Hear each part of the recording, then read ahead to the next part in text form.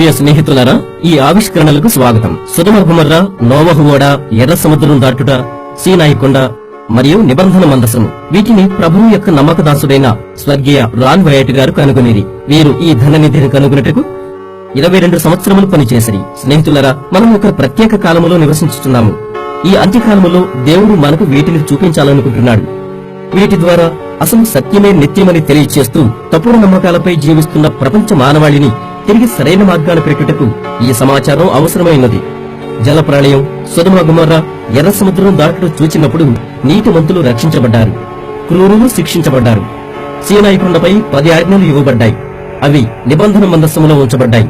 అదే చట్టం నీకు నాకు కూడా వర్తిస్తుంది. అయితే పరిశుద్ధాత్మ ద్వారా ఈ ఉగ్రత తప్పించుకొని జయ జీవితం కలిగి ఉండండి. మీరు సర్వోన్నతుని సత్య సంపదను ఆనందిస్తారు.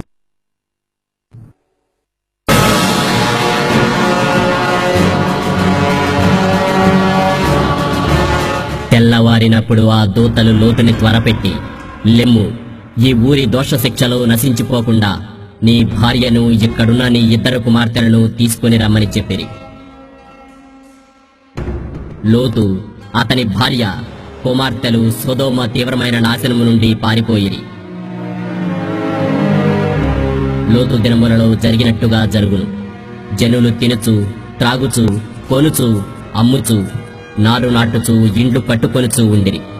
అయితే లోతు సొదొమ విడిపోయిన దినమున ఆకాశము నుండి అగ్నిగంధకములు కురిసి వారందరినీ నాశనము చేశాను. దైవ తీర్పు అగ్ని ద్వారా వారిని శిక్షించాను. అగ్ని ద్వారాలు దుష్టుల పట్టణాలను ప్రజలతో సహా కాల్చివేశారు.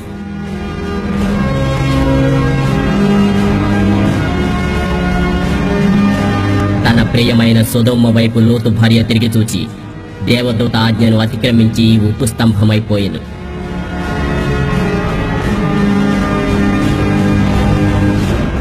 నేటి భయభక్తులు లేని వారికి సాదృశ్యంగా నాటి సొదొమ గొమొర్రాలను దేవుడు బూడిదగా మార్చి నాశనానికి గురి చేసెను. ఇదో సజీవ సాక్ష్యం. ఈ పట్టణాలు యోర్దాను మైదానములందు ఎర్ర సముద్రపు మధ్యలో దాదాపు 1300 అడుగులు సముద్రానికి క్రింది భాగములో సుందరమైన వృక్ష సముదాయాల మధ్య అధిక వేడితో నిండి ఉండి దేవునిచే శపించబడెను. దీనికి కారణం ఆ పట్టణ ప్రజల పాపమే.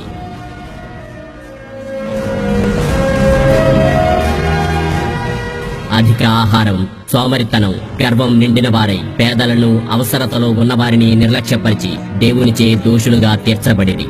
దేవుని అగ్నికి సాక్షిగా ఆ 5 పట్టణాలు చరిత్రలో అలా నిలిచిపోయాయని మొదటి శతాబ్ద చరిత్రకారుడు ప్లీవియస్ జోసెఫస్ చెప్పెను. ఆ తదుపరి రోజుల్లో మృత సముద్రపు నీళ్లు ఈ పట్టణాలను కప్పివేశానని అందరి అభిప్రాయం. అయితే జోసెఫస్ గారు ఆ పట్టణాలను ఆయన బ్రతికిన దినాలలో చూడగలిగితే నేడు మనం కూడా చూడవలసిందే. నీళ్లు అప్పటి నుండి ఇప్పటికీ కొద్దో గొప్పో ఇంకి ఉండాలి. సీదోను నుండి గెరారు, గాజా వరకు, ఆపై సొదొమ, గొమొర్రా, ఆర్మా మరియు జెబోయిము, లాఫా వరకు కనానీయుల సరిహద్దు. కొందరు అనుకున్నట్లు ఈ పట్టణాలు ఒక దగ్గర కాక కానాను దేశానికి సరిహద్దు వెంబడి వరుసగా ఉన్నాయి. ఇజ్రాయేలులో ఉన్న మృత సముద్రపు సరిహద్దులలో ప్రయాణిస్తే లేత రంగులలో బూడిదల దేవుని ఉగ్రతకు నాశనమైన విచిత్ర కట్టడ రూపములను మనం చూస్తాము. దేవుని ఉగ్రత ద్వారా ఈ పట్టణాలు కాల్చబడ్డాయి. కొండలు, మైదానాలు మృదువైన లేతరంగు బూడిదతో నిండి ఉన్నాయి. ఇక్కడ ఏమీ పెరగదు.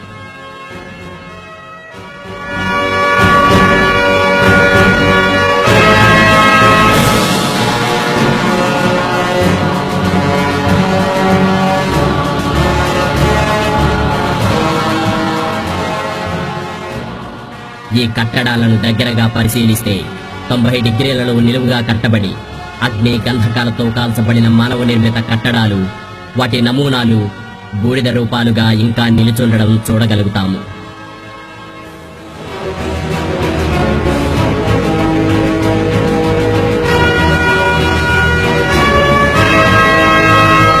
ఆశ్చర్యపరిచే కట్టడ రూపం 4 గోడలు కలిగి చెక్కు చెదరకుండా ఉంది. దీనికి దగ్గరగా వెళ్లి బూడిదగా మారిన ఈ విచిత్ర కట్టడాన్ని పరిశీలిద్దాం.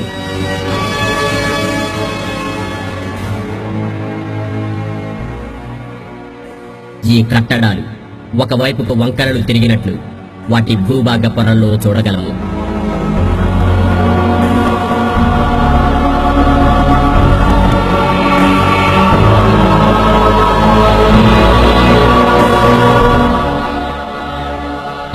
ఫారెన్ సెంటిగ్రేడ్ డిగ్రీల వద్ద విపరీతమైన వేడి చేయి ఇవి కాల్చబడి ఎలక్ట్రాన్ల ఆటుపోటులకు గురైనట్టు లవణ భాగాలుగా వంకర్లు తిరిగి ఉండుట మనం చూడగలము.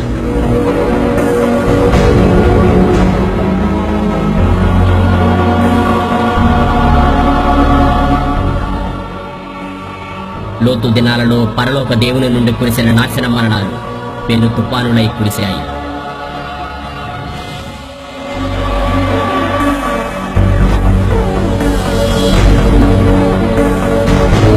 ముట్టుకుంటే రాలిపోవు బూడిద ధూప పదార్థాల పొరలు సున్నపు గోడల కట్టడాలతో సొదొమ గొమొర్రా బూడిదగా దేవుని ఉగ్రతకు ఆహుతైంది.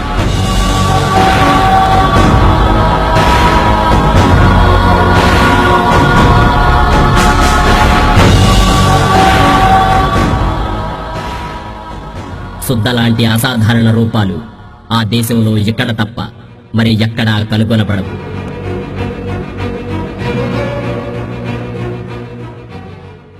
ఏలియా కాలంలో కర్మేలు పర్వతంపై పరలోకాగ్ని దిగివచ్చి బలిని బలిపీఠాన్ని రెండిటినీ బూడిదగా మార్చింది. ఆపై దైవాగ్ని బలి పశువులు కర్రలను రాళ్లను కందకంలో నీళ్లను సైతం దహించి వేసింది.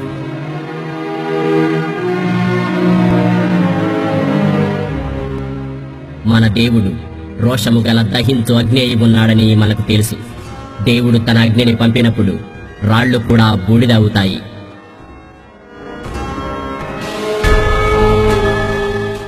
ఊరి పొలిమేరలో ఒక దిష్టి బొమ్మ విగ్రహాన్ని నిలబెట్టారు. ప్రాకారానికి వేరుగా పునాదిపై నిలుపబడిన ఈ విగ్రహం మానవ నిర్మితం. ఊరి ప్రజలకు ఏ హాని రాకుండా కాపాడుతుందని వారి గుడ్డి నమ్మకం. అయితే పాపం దానికే దిక్కు లేకుండా పోయింది.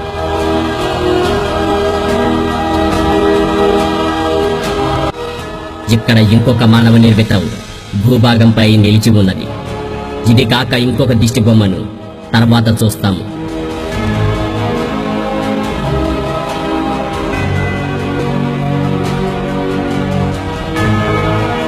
ఇక్కడ బూడిద పొరలు ఒకదాని వెంబడి మరొకటి ఉన్నాయి.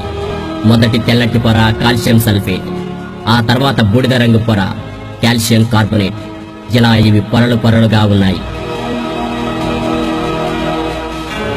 ఇక్కడ బూడిద అంతా అగ్ని గంధకాల మిళితమై కాల్షియం సల్ఫేట్ మరియు కాల్షియం కార్బోనేట్ గా కనిపిస్తున్నాయి.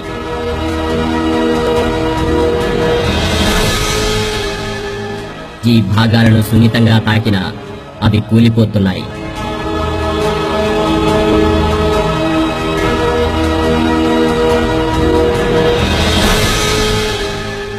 ఈ నగర వీధుల్లో ప్రకృతిలో కనుగొనలేని మానవ నిర్మితాలున్నాయి.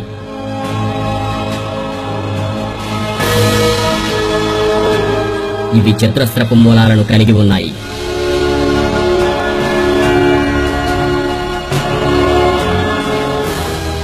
ఇక్కడ మొండి గోడలలో కూడా మానవ నిర్మిత కట్టడపు మూలాల్ని మనం చూడగలము.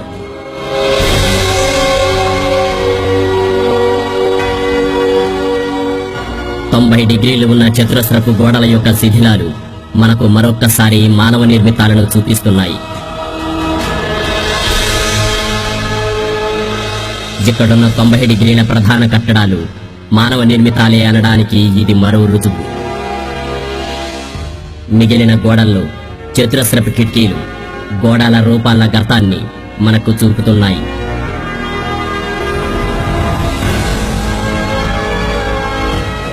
పట్టణ పొలిమేరలను పరిశీలించినట్లయితే గొట్టము లాంటి రూపాలు, ఇళ్ల ముందు మైదానాలు మనకు గతకాల ప్రజల వైభవాన్ని చాటుతున్నాయి.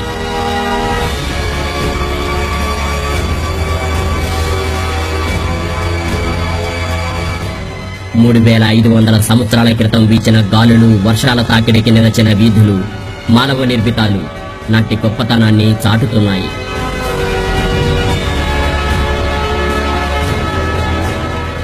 ఈ ఎత్తైన ప్రాంతములో గోపురము లాంటివి ప్రక్కనే ఉన్నాయి.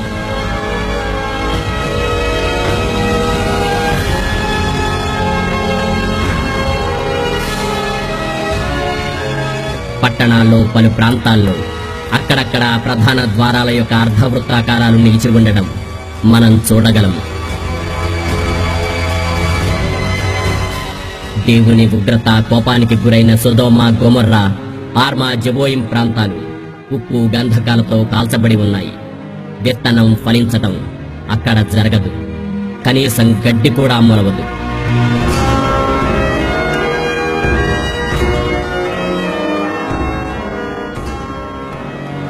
సున్నం గంధకాల మిశ్రమంతో తయారైన శుద్ధముక్కలు, వేడి చేయబడి కరగబడిన లోహాలు పట్టణంలో విపరీతంగా కనిపిస్తాయి.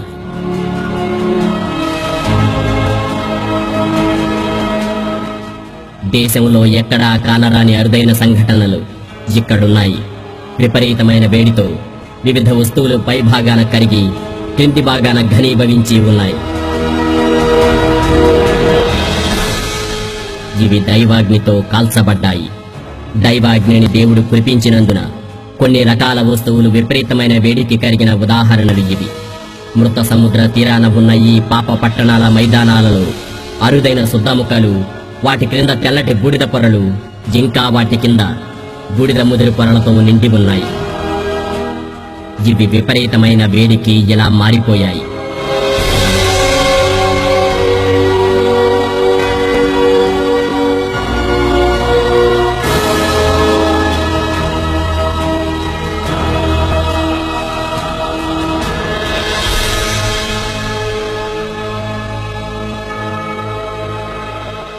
మరోసారి శుద్ధముక్కలు, ఈసారి వలయాకారంలో ఉన్న ఉప్పు కొనలు చుట్టూరా కాలి ఉన్నాయి.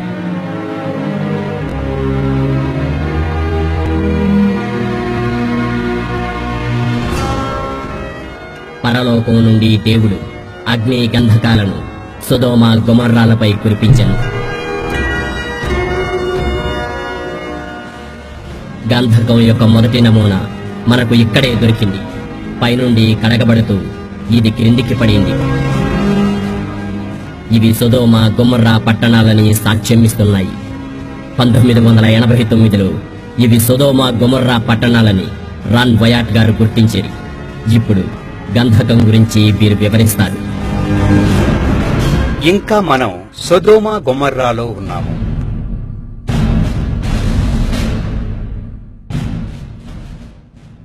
మీకు ముందుగా కొన్ని అరుదైన రాళ్లలాంటి చుక్కలు ఉన్నాయి. ఇవి బూడిద పొరలు. వీటికి దగ్గరగా వెళదాం.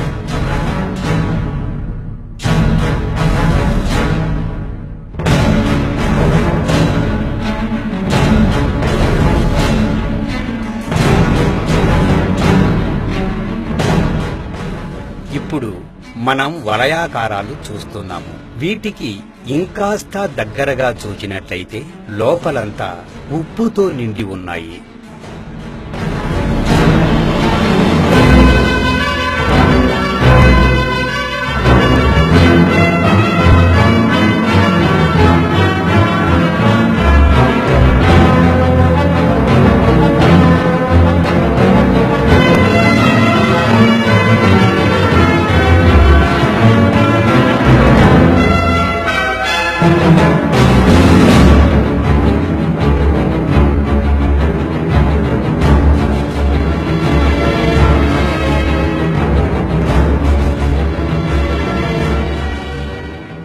కొన్ని నమూనాలు సంచిలో ఉంచుతున్నాము. గంధకం గుండ్రంగా బంతుల్లా ఉన్నాయి. వీటి మధ్యన నల్లగా ఉండి చాలా వేడిగా ఉంది. ఇంకా ముందుకు వెళదాం. వీటిలో ఇంకాస్త గంధకం లభ్యమవుతుంది. వీటిని మనం సంచిలో పోగు చేద్దాం. ఈ కత్తి ఉపయోగించి వీటిని పోగు చేద్దాం. ఈ కత్తి పదులుగా లేదు. ఈ నమూనాల వాసన మరియు రుచి గంధకంలా ఉన్నాయి. బైబిలు ప్రకారం సొదొమ గొమొర్రాల మీద అగ్నిగంధకాల వర్షం కురిసింది.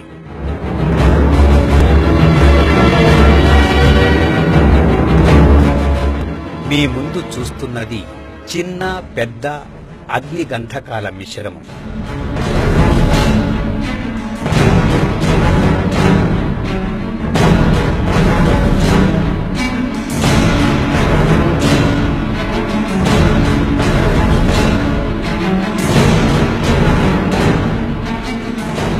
మనం చూస్తున్నదే దేవుడు కురిపించిన అగ్ని గంధకాల మిశ్రమం.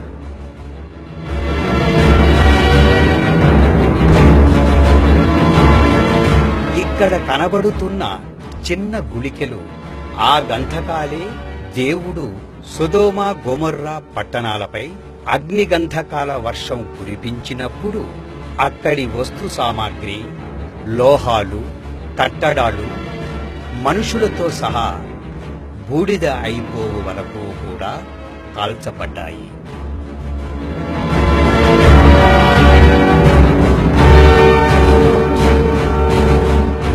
ఇలాంటి గంధక గోళీలు లక్షల సంఖ్యలో ఇక్కడ ఉన్నాయి.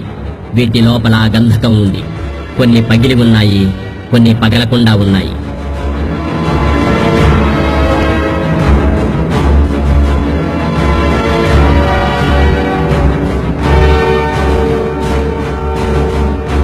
దేవుడు అగ్ని గంధకాలను ఈ పట్టణాలపై లక్షలు లక్షలుగా కురిపించెను.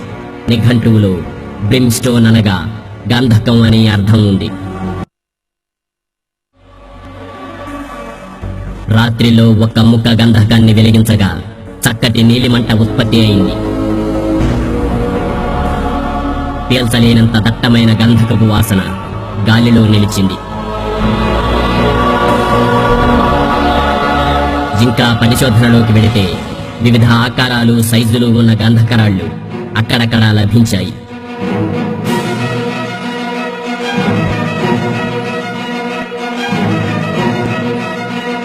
అనేక నమూనాలు కనుగొనబడి మా వద్ద భద్రపరచబడ్డాయి. ఇక్కడ గంధకం ఔషధ రకం. తెల్ల గంధకం అధిక ఉష్ణోగ్రతలో కరుగును. ప్రకృతి సిద్ధమైన గంధకానికి ఇది భిన్నం. వీటి నమూనాలు పరిశోధనకు పంపబడ్డాయి. ప్రతి నమూనా జాగ్రత్తగా వేరు చేయబడి పరిశోధనకు సిద్ధపరచబడింది.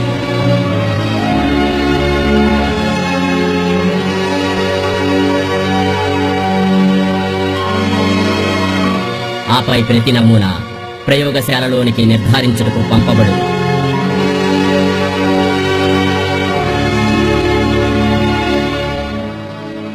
ప్రతి నమూనా ఎండబెట్టి యంత్రముల ద్వారా బిళ్లలుగా ఒత్తబడును. అప్పుడు అవి ఎక్స్రే నిర్ధారణ కొరకై యంత్రాల్లో నింపబడతాయి. ల్యాబ్ నుండి వచ్చిన ఫలితాల ద్వారా ప్రతి నమూనా ప్రయోగశాలలోనికి నిర్ధారణ కోసం పంపబడును. భూమి మీద దొరికే గంధకంలా కాక ఈ గంధకం 98% స్వచ్ఛమైందని పరిశోధనలో తేలింది. దీని ద్వారా దేవుడు ఈ పాప పట్టణాల్ని తన ఆజ్ఞతో శిక్షించానని గ్రహించగలము.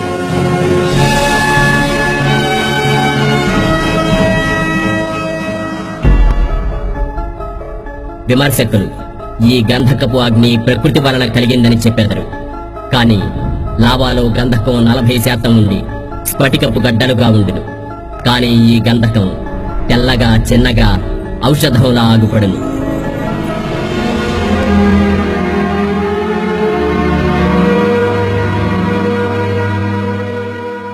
ఇక్కడ గంధక గోళీల ముక్కలు బూడిదలో కప్పబడ్డాయి.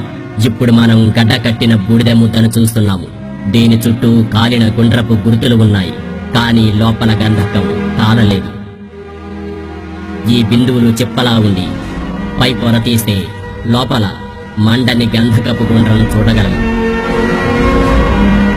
మృత సముద్రపు దక్షిణ చివరి భాగాన ఎల్లిసన్ జలసంధి యోర్దానులో చూచెదము. లోతు కాలంలో ఈ జలసంధి వరకు గొమొర్రా విస్తరించి ఉండేది. ఈ ప్రాంతంలో కూడా ఆ తెల్ల రూపాలు లభ్యమవుతాయి. అదే బూడిద, అదే 90 డిగ్రీల మూలలున్న కాలిన కట్టడాలు కూడా ఇక్కడ చూడగలము. ఇక్కడ ఉన్న దానిలా చుద్దముద్దలు నేలపై విస్తారంగా చెదరి ఉండడం మనం చూడగలం. గంధకం కూడా ఈ ప్రాంతంలో చూడగలము. విచిత్రం ఏమిటంటే బైజాంటైన్ కాలానికి చెందిన ఒక చర్చి ఇక్కడ నిర్మించబడి ఉంది.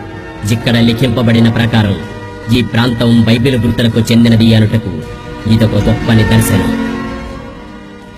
తిరిగి మనం గొమొర్రా మధ్యలోనికి వస్తే ఐగుప్తు గాజాలో పిరమిడ్ మరియు స్ప్రింగ్స్ ఒకదానికొకటి దగ్గరగా నిర్మించబడిన ప్రకారం ఇక్కడ కూడా ఎత్తైన ప్రదేశాలలో తెల్లటి బూడిదతో ఆరాధనా ప్రదేశాలు స్ఫింక్స్ మరియు జిగ్గురాట్ దేవతలకు ఒకదాని పక్కన ఒకటి ఉండటం చూడగలం.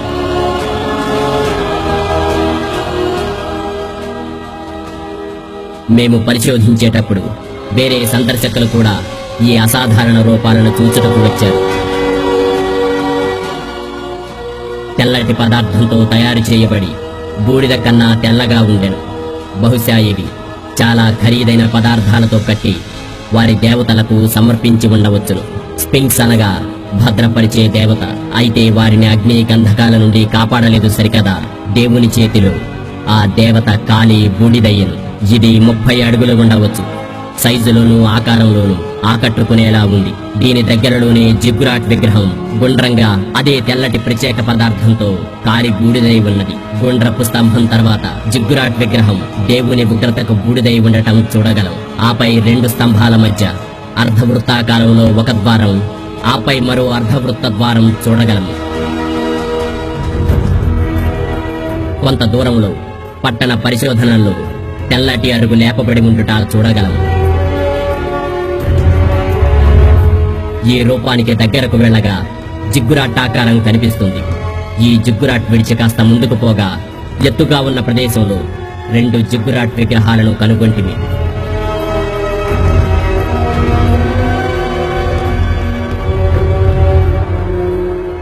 ఈ జిగ్గురాట్లో ఒకదాని దగ్గర మా బృందము నిలిచి ఉండగా స్వచ్ఛమైన గంధకం యొక్క నమూనా కాలిన తర్వాత చల్లబడి క్యూబులుగా గడ్డకట్టబడి గట్టిగా గవ్వలుగా ఏర్పడి ఉండెను. దీని లోపల కాలని గంధకము దాగి ఉండెను.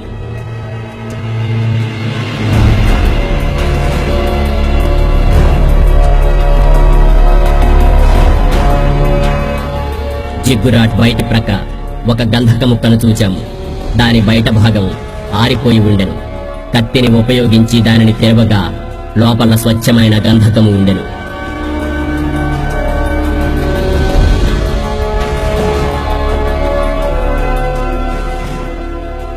జిగ్గురాట్ ఎడమకాలి దగ్గర ఇంకొక నమూనా కత్తితో తెరవబడగా ఇంకొకసారి అదే స్వచ్ఛమైన గంధకము లోపల ఉండెను.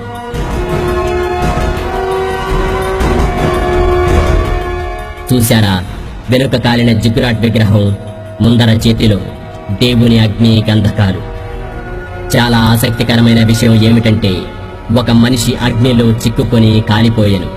వాని వ్రేలు ఎముక సైతం కాలిపోయి ఎముకలో ఉన్న మూలుగా కూడా తెల్లగా బూడిద అయ్యేంత వరకు కాలిపోయాను.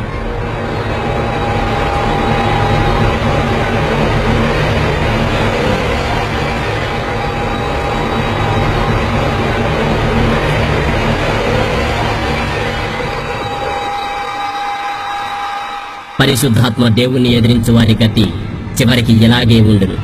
నీవు పరిశుద్ధాత్మకు లోబడి దేవుని చిత్తములో ఉన్నావా, లేక దేవుని ధిక్కరించి దారి తొలగిపోయిన వారిలో ఉన్నావా? భవిష్యత్ కార్యక్రమం ప్రకటన గ్రంథంలో రాయబడింది.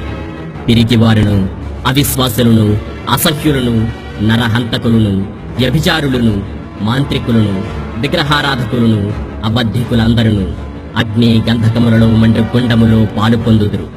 ఇది 2వ మరణము. కొలిమిలాగా కాలే రోజు రాబోవుచున్నది.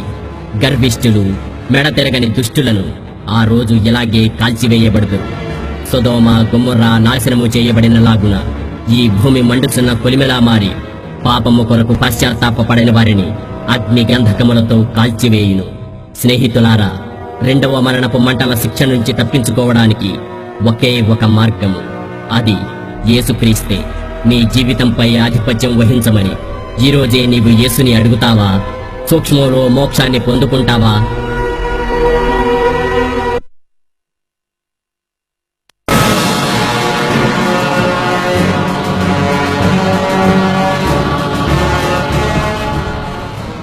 సమస్త శరీరుల మూలంగా భూమి బలాత్కారులతో నిండియున్నది. కనుక నా సన్నిధిని వారి అంతము వచ్చేయున్నది. ఇదిగో, వారిని భూమితో సహా నాశనము చేయుదును. దేవుడు నోవాహుతో, నేను జలప్రళయం ద్వారా సర్వసృష్టిని నాశనము చేయబోచున్నాను. కనుక నీవు ఓడ ఒకటి నిర్మించి నీతిమంతులను ఓడలోకి చేర్చుకోమనెను. నోవాహు 120 సంవత్సరములు ఓడను నిర్మిస్తూ ప్రజలందరికీ ఈ మాటను తెలియజేశాను. అయినప్పటికీ నోవాహు కుటుంబ సభ్యులు తప్ప ఎవ్వరూ నమ్మలేదు. ప్రజలు చెడు తలంపులతో ఉన్నందువలన దేవుని మాటలు వారికి వెర్రి మాటల వలె ఉండెను. 120 సంవత్సరములు వేచి చూచిన మానవులు మారనందున దేవుని తీర్పు ప్రారంభమయ్యను.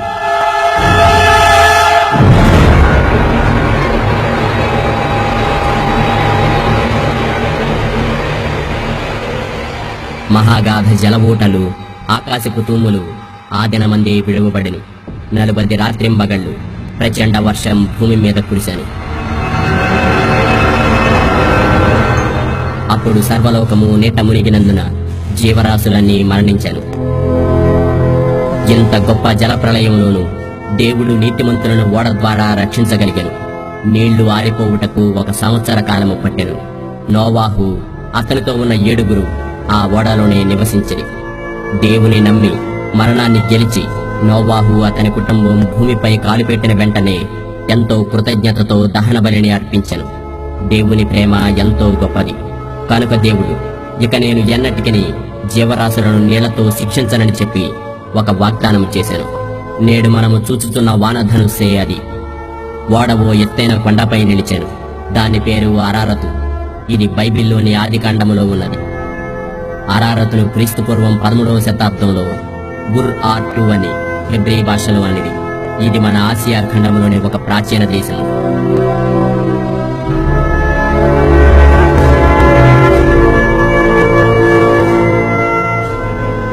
బుర్-ఆర్-2 పక్కనే టర్కీ, ఆర్మేనియా, ఇరాన్ దేశాలు ఉంటాయని మోషే ఆదికాండంలో చెప్పాను.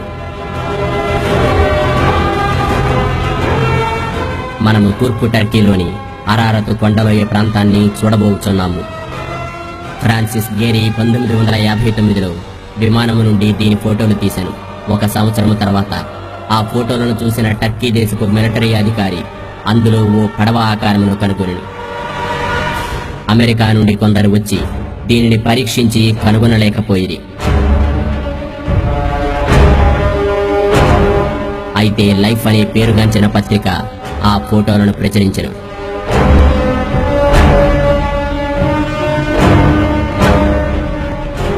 చరిత్రను కాస్త కళ్ళు తెరిచి చూస్తే జర్మోనిస్ అనే కల్దీయుడు ఈ ఓడ ఆర్మేనియా పర్వతమందు ఉన్నదనియు అక్కడి ప్రజలు ఓడ చేతిసారపు చెక్క ముక్కలను తాయెత్తులుగా పాప క్షమాపణకై వాడుచున్నారని వ్రాసెను. నేటికి ఈ ప్రాంతమును టర్కీ దేశ పట్టములో నోహాన్జం ఐసి అని కొందరు నోవాహు పెద్ద ఓడని పిలుస్తున్నారు.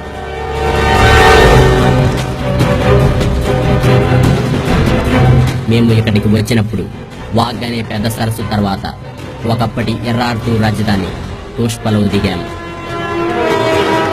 ఆ తర్వాత అంతా పల్లె ప్రాంతం, పక్కనే ఓ అగ్నిపర్వతం. వీటిని దాటగానే దూరంగా ఉన్న అరారతు కొండ. డన్ బై ఉజత్ పట్టణాన్ని దాటగానే నోవాహు ఓడ ఉన్న ప్రాంతము. ఇది నోవాహు ఓడ రూట్ మ్యాప్. ఎంతో అందమైన అరారతు పర్వతంపై నోవాహు ఓడను ఎందరు వెతికినా కనుగొనలేకపోయారు.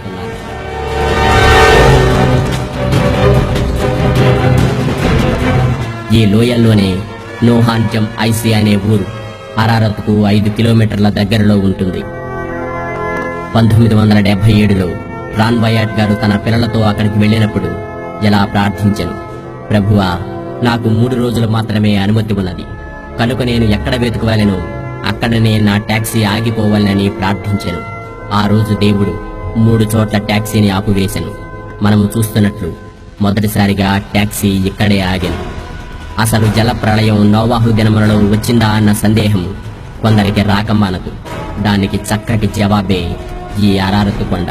ఎందుకంటే అక్కడి వారు ఈ కొండను ప్రళయ దిన కొండ అని కూడా పిలుస్తారు. మనము ముందుకు వెళుతున్న కొద్దీ అరారతు కొండకు ముందు భాగాన వెనుక భాగాన అగ్నిపర్వతాలు ఉన్నాయి. కనుక ఇక్కడ ఓడను ఎవ్వరూ వెతకరు, కేవలం అరారతు కొండ మీదే వెతుకుతారు. వీటన్నిటినీ దాటుకుంటూ రాన్ బయాట్ గారు చివరకు నోవాహు ఓడను చేరగలిగారు. ఓడ వెనుక భాగం గుండ్రంగాను ముందు భాగం కొసగాను ఉండెను. మనుషులు ఎంతో కష్టపడి నిర్మించినదిగా ఉండెను. ఈ ఓడపై రాన్ వైయట్ గారు ఎంత పరిశోధన జరిపారంటే 24 సార్లు అక్కడి వరకు వెళ్లి పరిశోధనలు జరిపి ఫోటోలు తీసి ప్రపంచానికి నోవాహు ఓడను రుజువు చేసిరి. నోవాహు ఓడ గురించి నేటి అధునాతన ప్రపంచానికి ఎంతటి అనుమానాలు వచ్చినా అన్నిటినీ తీర్చగలిగిన రుజువులు ఈ స్థలములో ఉండుటను బట్టి దీనికి నోవాహు ఓడ జాతీయ ఉద్యానవనమని టర్కీ ప్రభుత్వం పేరు పెట్టెను. అయినప్పటికీ ఈ వింతైన పరిశోధన ప్రపంచానికి తెలియదంటే ఇక ఏమి చెప్పమంటారు?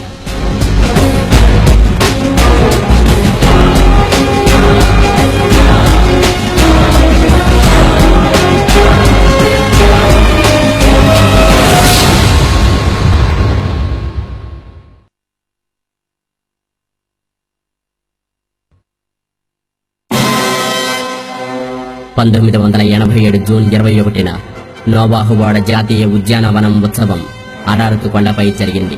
దేశ ప్రముఖులు, దేశ అధ్యక్షులు మరియు సైన్యం కలిసి ఈ ఉత్సవాన్ని ఘనంగా జరుపుకున్నారు.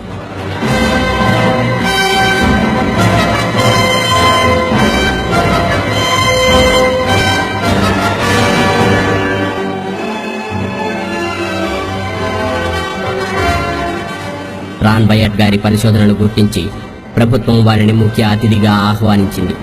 ప్రపంచం నలుమూలల నుండి ప్రజలు వచ్చి ఈ ఆశ్చర్యమైన బైబిల్ సత్యాన్ని చూస్తూ ఉన్నందుకై గవర్నరు మరియు వైయట్ గారు ఒక మ్యూజియానికి శంకుస్థాపన చేశారు. మొత్తానికి నోవాహు ఓడని ప్రపంచం గుర్తించింది. గవర్నర్ గారు, ఆర్మీ అధికారులు, ఇతరత్రా ప్రముఖులు కూడా ఇందులో పాల్గొన్నారు.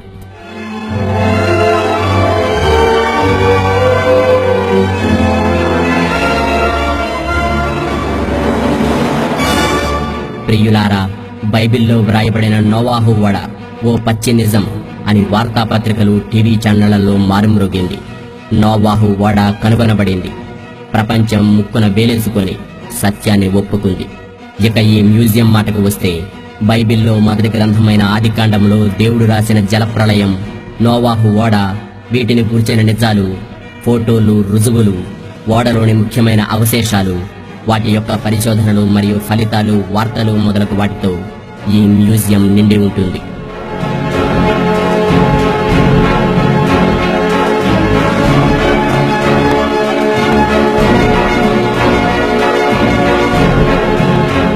ఈ మ్యూజియం యొక్క రికార్డు తేరి చూస్తే ప్రపంచం నలుమూలల నుండి అనేకులు ఈ సత్యాన్ని కనుగొనడానికి ఆసక్తి కలిగి తండోపతండాలుగా వస్తున్నారని అర్థమవుతుంది.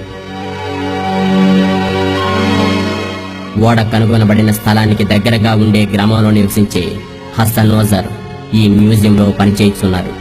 ఓడ చరిత్రలో దగ్గర సంబంధం గల వ్యక్తి ఈయన. వీరి పేరు ఫోటోతో సహా నాక్స్విల్లే, టెనెసీ న్యూస్ పేపర్లో ప్రచురింపబడింది. దీనిని మేము వీరికి బహుకరించితిమి. ఇప్పుడు హసన్ గారు మనకు కొన్ని విషయాలు చెప్తారు.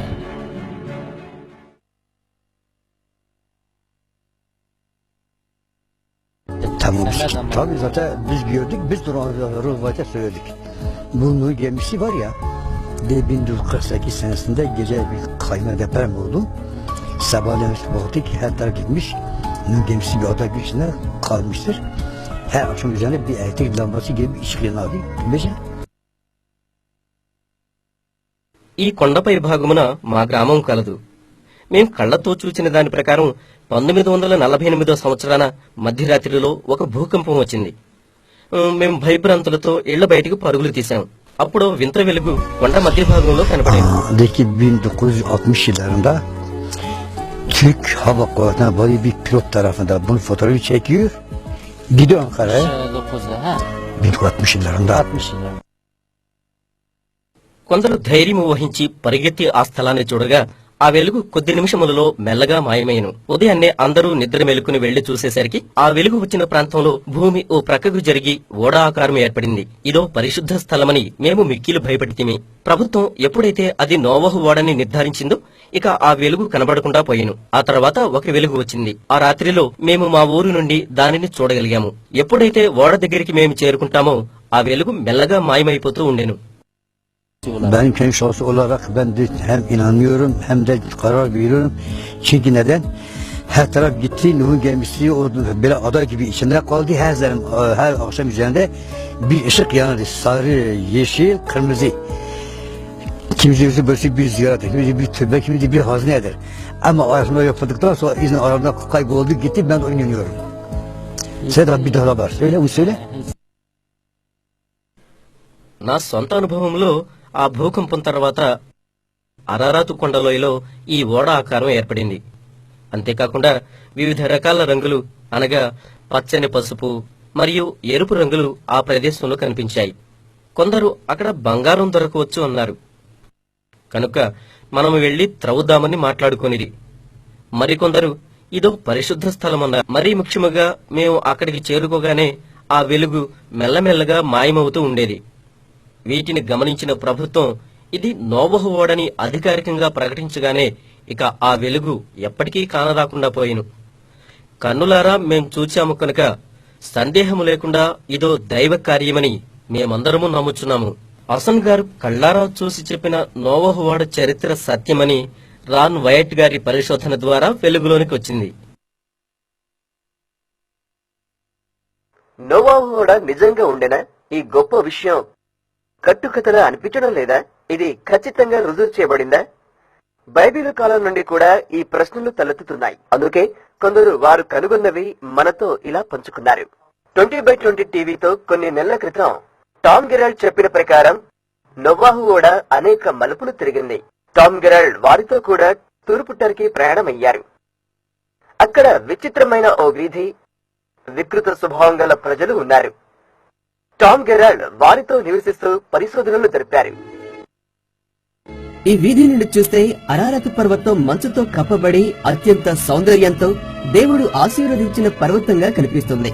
జలప్రళయంలో నీరు తగ్గుతుండగా ఒకవేళ ఓడ ఈ కొండ శిఖరాన ఆగిందేమో అనేంత ఎత్తు ఉంటుంది. అయితే బైబిల్ నందు అరారతు కొండలపై ఓడ ఆగిను అనటను బట్టి ఇక మిగతా అరారతు కొండలపై ఆగి ఉండవచ్చునేమో. 1959లో ఓ ఓడ ఆకారాన్ని టర్కీ సైనికాధికారి ఫోటోలు తీసినప్పటికీ దీన్ని ఎవరూ నమ్మకపోయారు. అయితే కొన్ని సంవత్సరాల తర్వాత రాన్ వైట్ అనే పురావస్తు పరిశోధకుడు చేసిన పరిశోధన సర్వ ప్రపంచ కన్నులను తెరిపించిన.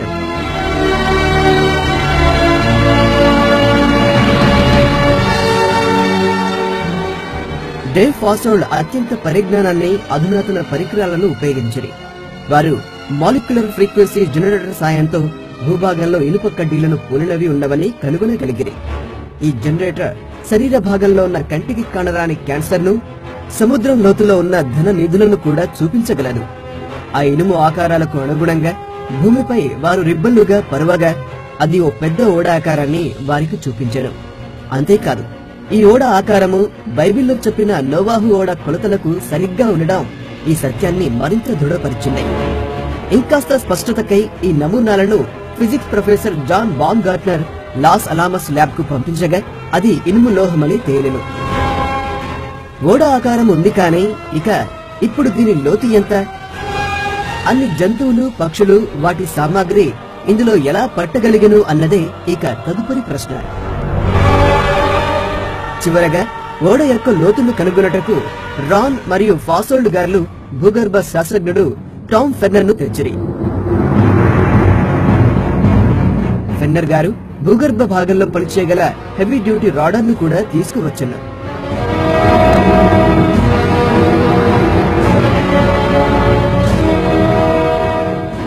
ఫెన్నర్ గారు ఒకవేళ కొండ 2 అడుగులు భూమిలోకి దిగి ఉంటే లోపలి భాగం ఎంత ఉన్నది చెప్పగలరా? అది సాధ్యమే. ఇది మానవులు తయారు చేసినదని ఎలా నిర్ధారించగలరు?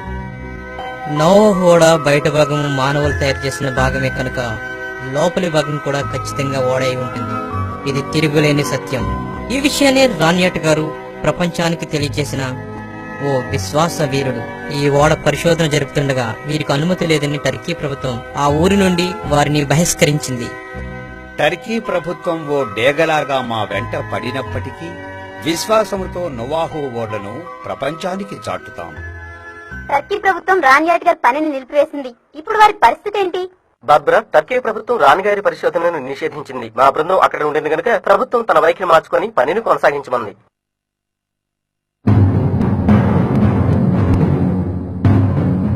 రాడారు యంత్రాల్ని ఓడ ఆకారము గల భాగంలో భూమిలోకి పంపించి బలమైన ఆధారాల్ని రాన్ వయాట్ గారు కనుగొని వాటి ప్రతిబింబాలు చెక్క దూలములను సూచించారు.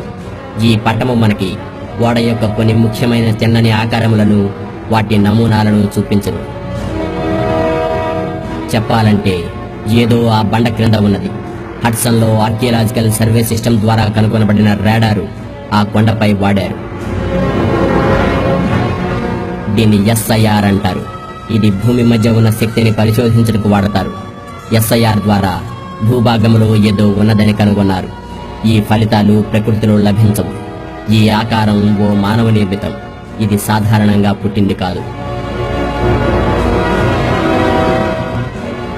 ఓడ దాదాపు 1000 అడుగుల విమానం ఎంత పెద్దగా ఉండునో అంత పెద్దగా ఈ ఓడ నిర్మించిన తీరు, అనగా ఇరువైపులా మరియు ముందు వైపును అమర్చిన దూలములు ఓడ యొక్క ఆకారము ఎంతో నైపుణ్యంతో ఉన్నదని మనం గమనించగలము.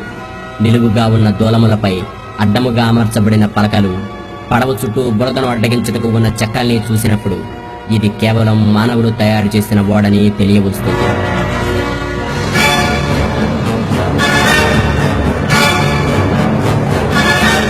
మూడు 300 మూరల పొడవు అని వ్రాయబడిన, అనగా సరిగ్గా 515 అడుగుల పొడవు.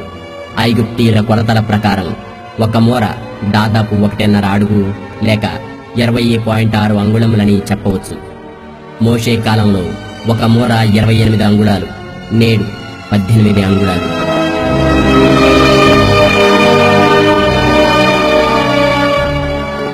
ఇజ్రాయేలు రాజైన సొలొమోను టెల్మొగిద్దీనులో నిర్మించిన గవునులు 6 ఐగుప్తు మూరలై ఉండెను.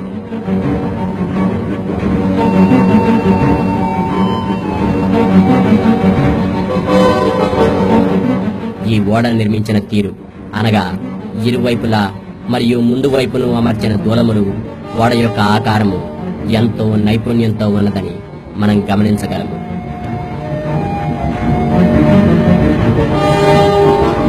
అంతేందుకు నేడు పెద్ద పెద్ద ఓడలు నిర్మించేటప్పుడు తీసుకునే జాగ్రత్తలన్నీ నాటి నోవాహు ఓడలో కనబడుతూ ఉన్నాయి.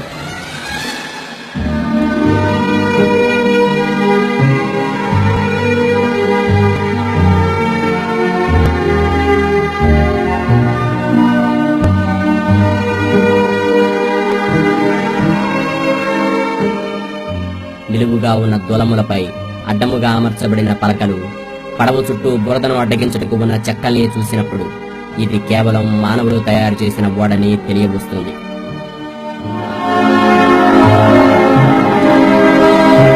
ఇది ఓడ యొక్క ముందర భాగం.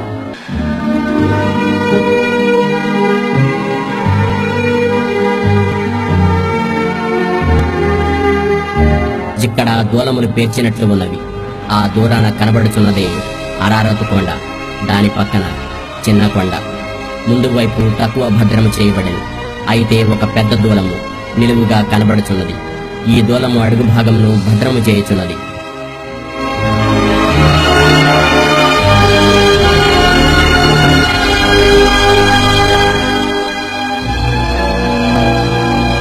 ఓడ ముందు వైపు చూస్తే ఒక పెద్ద రంధ్రము అగుపడెను. 1960లో అమెరికా బృందము ఇక్కడ రంధ్రము వేసి దాని ద్వారా లోపలికి వెళ్లి పరిశోధనలు జరిపాయి.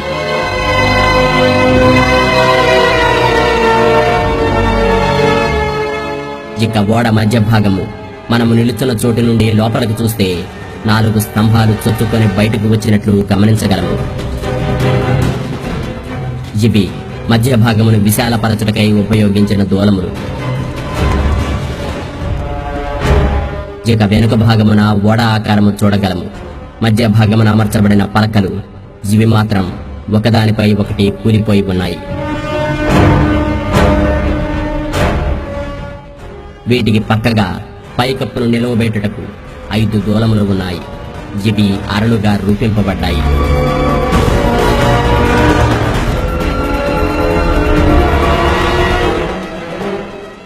మొదట ఓడ కొండ శిఖర భాగమున ఆగి ఉండవచ్చు. అయితే కాలక్రమేణా కొండపై నుండి లావా లేక బురద ప్రవహించడం వలన ఒక వైపుకు ఒరిగి మట్టిలోకి పూర్తిగా కూరుకుపోయింది. టర్కీ ప్రభుత్వం కన్నా ముందే రాన్ వయాట్ గారు భూమిలోనికి చొచ్చుకొని పోవు రాడార్ యంత్రములు ఉపయోగించి అందమైన ఓడ పైకప్పును కనుగొనేది.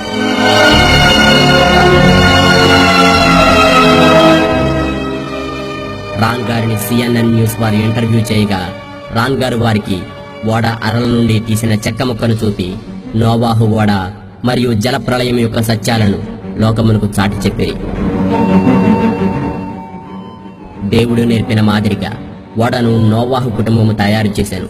ఇక్కడ ఒకదానిపై ఒకటి 3 చెక్కలను కలిపి గట్టితనముకై ప్లైవుడ్ లాగా మేకులు దిగగొట్టి వాటిని అరలుగా ఉపయోగించిరి. కురవకుండా మట్టి కీలును ఆదికాండంలో చెప్పబడిన తుమ్మ చెక్కను దీనికి వాడివి.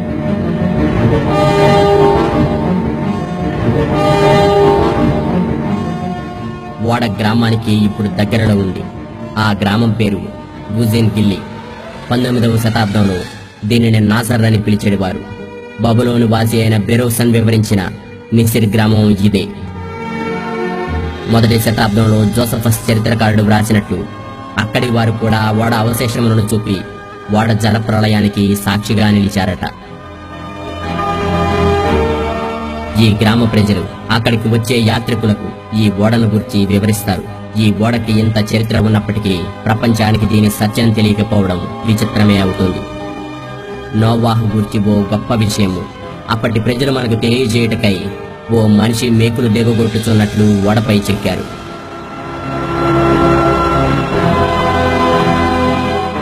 బైబిల్లో ఒక నల్ల పావురమును కాకిని విడిచిపెట్టిన సంగతి ప్రపంచం మరిచిపోతారని ఓడ పైభాగమున ఆ కాలపు సిరాతో గీసిగుండటను మనము చూడవచ్చు. బైబిలు అందు లిఖింపబడిన గాథలు ఎంత సత్యమో వాటిని చూస్తే తెలుస్తుంది. ఇంకాస్త ఓడ గురించి తెలుసుకోవాలన్న తపనతో రాన్ బయాట్ గారు ఓడ ముందర కుడి భాగాన ఒక రంధ్రము వేసి ఓడ మధ్య భాగానికి పారలాంటి పరికరాన్ని పంపించి లోపలనున్న కొన్నిటిని బయటికి తేగలిగిరి. బైబిల్లో వ్రాయబడిన ప్రకారం ఒక దుప్పి కొమ్ము, జంతువుల పెంట, పిల్లి వెంట్రుకలు మొదలగునవి ఓడలో నుండి తీసిన వాటిలో వీరికి దొరికెను. నోవాహు వీటన్నిటినీ ఓడలోనికి చేర్చిన విషయం మనం బైబిల్లో గమనించగలము. నోవాహు ఓడ మరియు జలప్రళయం వాస్తవమా అని అనుమానించే వారికి ఇవి తిరుగులేని సాక్ష్యాధారాలు. అయితే బైబిల్లో యాంటీ డెల్వోనియన్స్ లోహపు పనులయందు, తోబాలు కాయిను రాగి పనిముట్లయందు నిపుణత గలవారని చెబుతూ ఉంది. 1991లో రాన్ గారు ఓ విహార బృందాన్ని అక్కడకు తీసుకుని వెళ్లారు. ఆ సమయంలో ఇంకొక నట్టు లాంటి ఇనుమునకు కాల్చబడి అతికించబడ్డ ఓ పొడుగాటి కడ్డీ వారికి దొరికెను.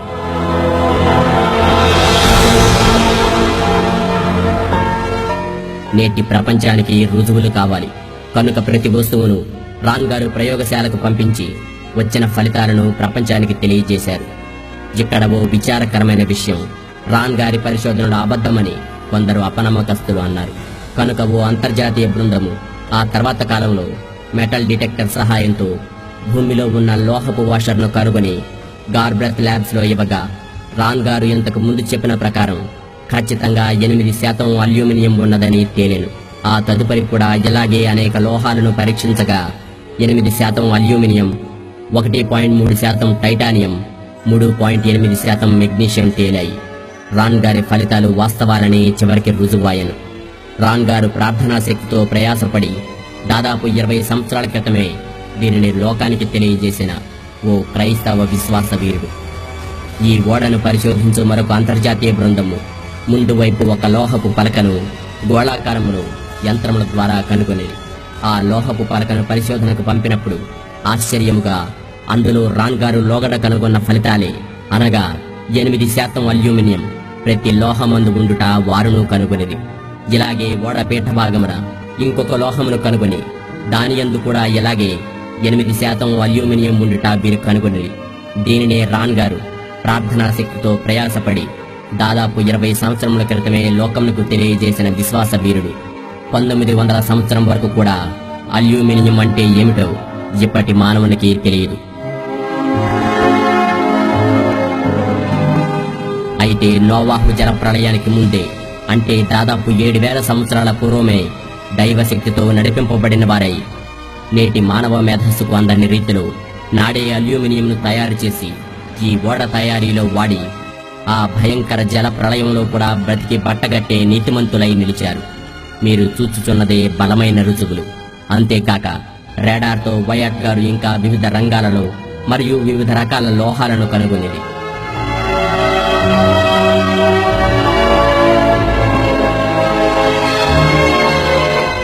ఇలాగే ఓడలో వివిధ లోహాల అవశేషాలు, కోకొల్లలు, కొన్ని చెక్కలు, కొన్ని రాళ్లు, కొన్ని లోహాలు.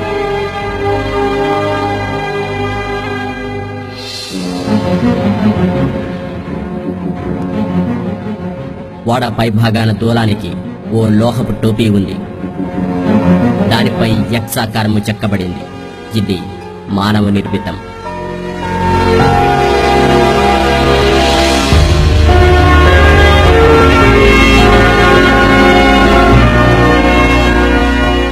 ప్రార్థనలు చేసి మర్చిపోతాడు మానవుడు. సమయము వచ్చి అది నెరవేరే వరకు మరువనివాడు దేవుడు.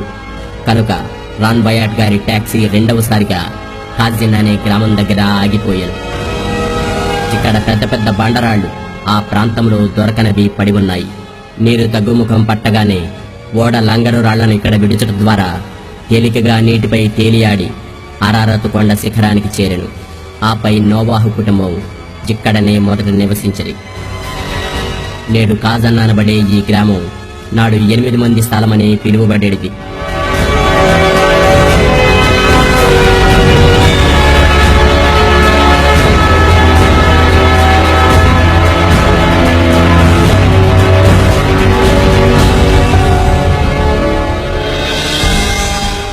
ఒక్కో లంగరు ఓడ ఒక్కో కళాఖండమే.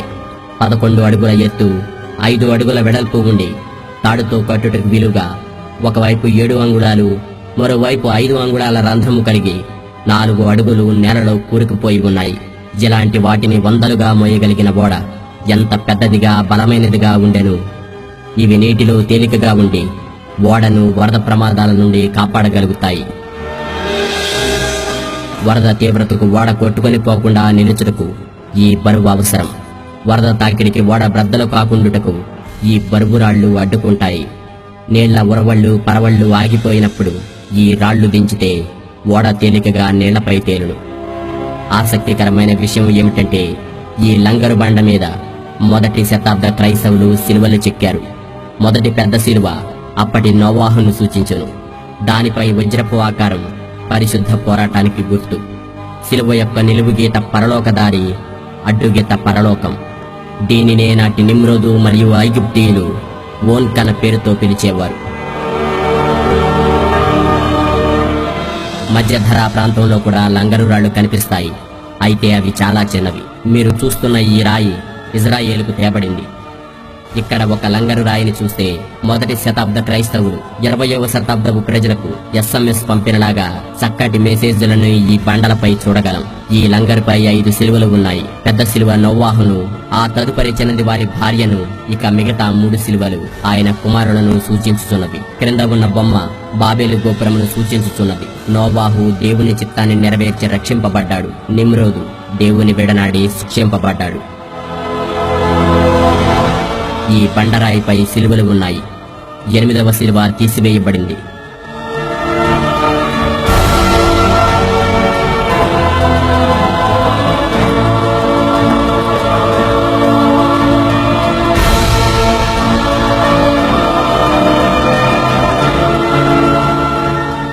కొన్ని లంగరు బండలపై ఏమీ చెక్కబడి లేవు.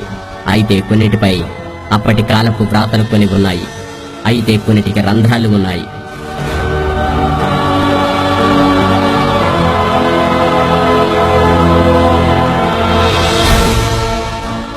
కొన్ని కూరుకుపోయి, కొన్ని విరిగిపోయి ఉన్నాయి. ఈ రకపు వస్తువులు, దూలాలు, ఓడ సామాగ్రి, లంగరు రాళ్లు, వాటి వ్రాతలు, చెక్కడములు ఆ దేశముందు ఇంకెక్కడా కానరావు. ఇవి కాలక్రమేణా కనుమరుగవుతాయేమో.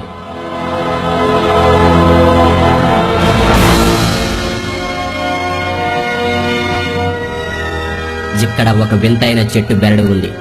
ఇది ఎండిన చెట్టు బెరడు, లోహంలా ఉంది. ఇది పైన్ చెట్టు బెరడై ఉంటుంది.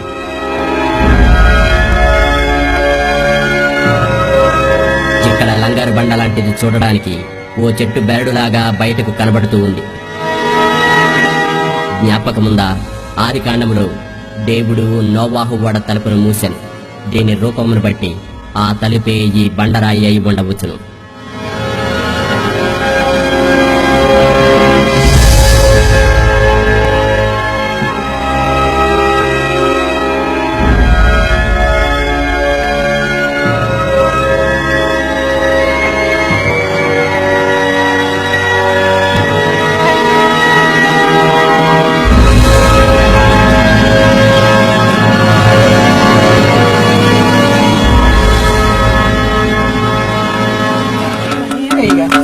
That was incredible. It has very hollow sound. Very hollow. It sounds like metal. But it's just that's its harmonic. Right. Yeah, my resonance. You're right. Yeah. But how many stones do that? ఈ బండరాయి ఓ ఖాళీ పాత్ర లాంటి శబ్దాన్ని ఒక లోహంలాగా ఇస్తూ ఉంది. ఓ రాయి నుండి ఇలాంటి శబ్దం రావడమేంటి? ఇక్కడి వస్తువులన్నీ ఒక్కో అద్భుతమే. అందుకే నాటికి నేటికి ఇది దైవ కార్యమని ప్రపంచమంతా నమ్ముతూ ఉంది.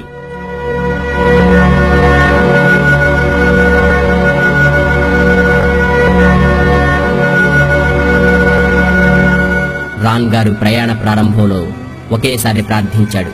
కానీ దేవుడు దానికి 3 సార్లు జవాబు ఇచ్చాడు.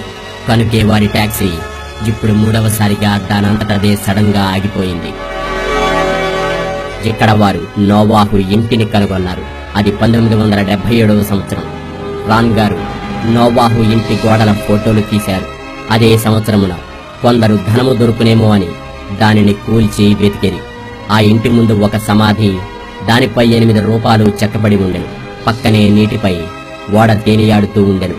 8 మందిలో 2వ పెద్ద రూపము కన్నులు మూసుకొని ఉండెను. కనుక నోవాహు భార్య మరణించారని గ్రహించితిమి. రాన్ గారు ఈ విషయాన్ని చెప్పిన వెంటనే అక్కడి వారు దానిని త్రవ్వి అందులో సమాధి పెట్టెను. 18 అడుగుల కింద కనుగొనేది. ఆ పెట్టెలో ఉన్న నోవాహు భార్య నగలు కోట్ల రూపాయలకు అమ్మబడెను. ఆది కాండంలో వ్రాయబడిన నోవాహు ఓడ యొక్క యథార్థ గాథ ఎంత సత్యమో ఇది మనకు అర్థం పడుతూ ఉంది. ఈ కాండములో నోవాహు జంతువులను పెంచనని ఉంది.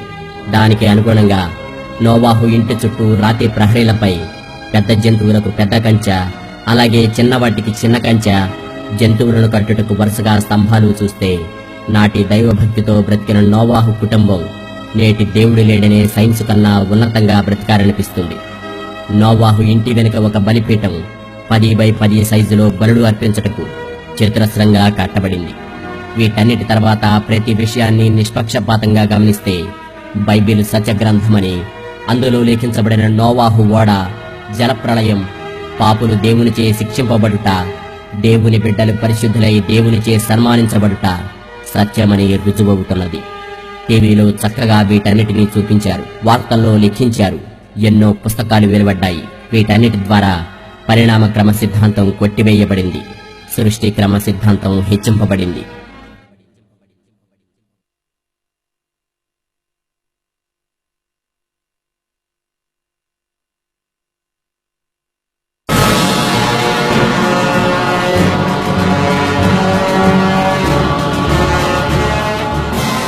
ఐగుప్త దేశం అనేక విషయాలలో ప్రపంచాన్ని ఆకర్షించుకుంటోంది.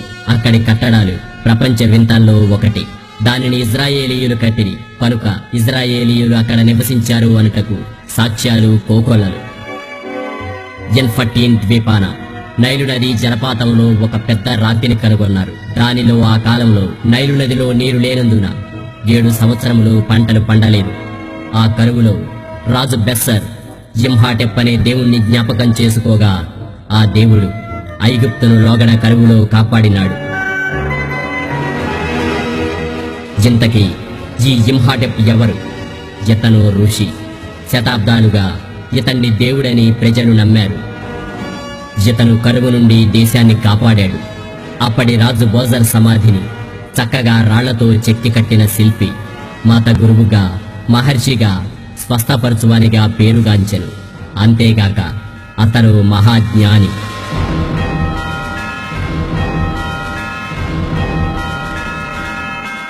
ఈ జింహాటెప్ మరియు యోసేపు ఒక్కరే అయి ఉందురా? ఐగుప్త దేశం దక్షిణం వైపు కొద్ది దూరం వెళ్లిన కైరోలో సక్కరా కలదు. పురాతన ఐగుప్తు మొదటి పిరమిడ్ ఇక్కడ నిర్మించబడింది. వివిధ ఎత్తులు ఉండుటను బట్టి దీనిని మెట్లు పిరమిడ్ అందరు. పై భాగమున నునుపుకై సున్నపు పూత ఇటుకలపై పూయబడిను. కానీ అది చాలా మటుకు ఇప్పుడు తీసివేయబడింది.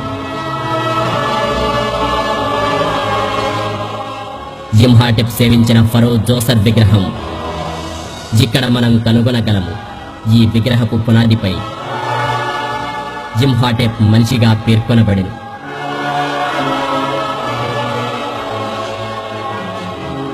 భవంతిలో ప్రధాన గదే ముఖ్యం. ఇక్కడ నుండే యోసేపు ఐగుప్తు మరియు ఇతర ప్రాంతాలను కరువు నుండి కాపాడెను. యోసేపు ఫరోతో, ఇదిగో ఐగుప్తు దేశములో రాబో 7 సంవత్సరములు విస్తారముగా పంట పండును. అటు తర్వాత 7 సంవత్సరములు కరువు దేశముపై బహుభారముగా ఉండునని తెలిపెను. యోసేపు కాలములో భవనములోనికి ప్రవేశిస్తే ప్రధాన గదితో బారున వారి వారి భాషల ప్రకారం ధాన్యం అమ్మకానికి అధికారులు ఉండేవారు. కరువు ప్రపంచమంతటా ఉండెను. యోసేపు కొట్లన్నీయు విప్పి ఐగుప్తీయులకు ధాన్యమును అమ్మెను. ప్రధాన గది వెనుక బయటికి వస్తే భూమిలో గొప్ప కందకములు 7 సంవత్సరములు పండిన ధాన్యమును నిల్వ చేసి తదుపరి 7 సంవత్సరముల కరువులో వాటిని అన్ని దేశాలకు అమ్మెను. ఈ కందకానికి చల్లదనము నిర్మించి ధాన్యము పాడుగాకుండా కాపాడుటకు యోసేపు తన చాతుర్యము చూపిన జ్ఞాని.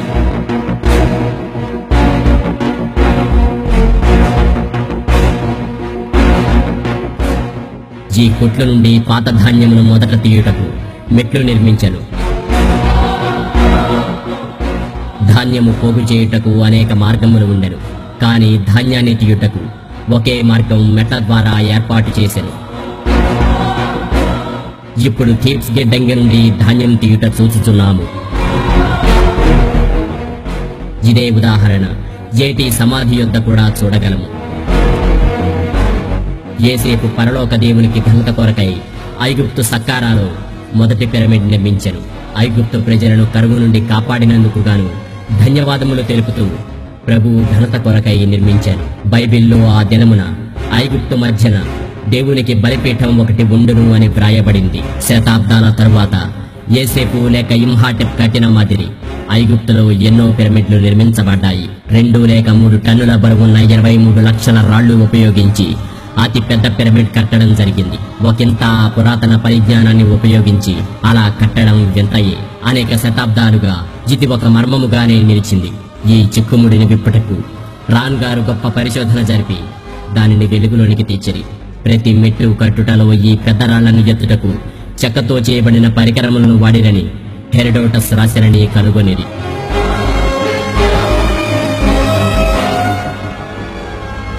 రాన్ గారు ఈ బరువును ఎత్తే పరికరములను గమనించి ఇవి బరువుకు ఇరుపక్కలా నిలిపి రాళ్లను ఎత్తని వారిని గమనించిరి. సకారా వద్ద పిరమిడ్ ఆకారపు పక్కన ఈ 2 దూలములను జతగా నిలిపి వాటి మధ్య ఈ రాళ్లను పెట్టి పైకెత్తేవారు. టట్ సమాధి వద్ద బరువు ఎత్తు యంత్రపు పెద్ద దూలం కూడా ఉంది. బరువుకు ఇరుపక్కల చెక్క దూలములు అమర్చి బరువును లేపువారు. ప్రతి బండరాయికి ఇరుపక్కల దూలములు అమర్చి దానిని హ్యాండిల్తో తిప్పితే దూలములు బరువుతో సహా అవసరమైనంత పైకి లేచిడి. ప్రతి నిర్ణీత ఎత్తుకు మళ్లీ ప్రత్యేక దూలపు పరికరాలు ఉపయోగించాల్సిందే. ఈ పద్ధతిలో యోసేపు వీటిని నిర్మించెను. కైరోలోని ఐగుప్తు పురావస్తు అధిపతి శ్రీ నాసిఫ్ హసన్ కు ఈ బరువుల ఎత్తు యంత్రమును రాన్ బయాట్ గారు చూపించితే ఇది జపాన్ నిప్పన్ టెలివిజన్ వారు వీడియో తీసి జపాన్ దేశంలో టీవీలో చూపించిరి. ఈ పిరమిడ్ నిర్మాణములకు అంతు చిక్కని జవాబు ఏమనగా ఈ బరువుల ఎత్తు యంత్రములే.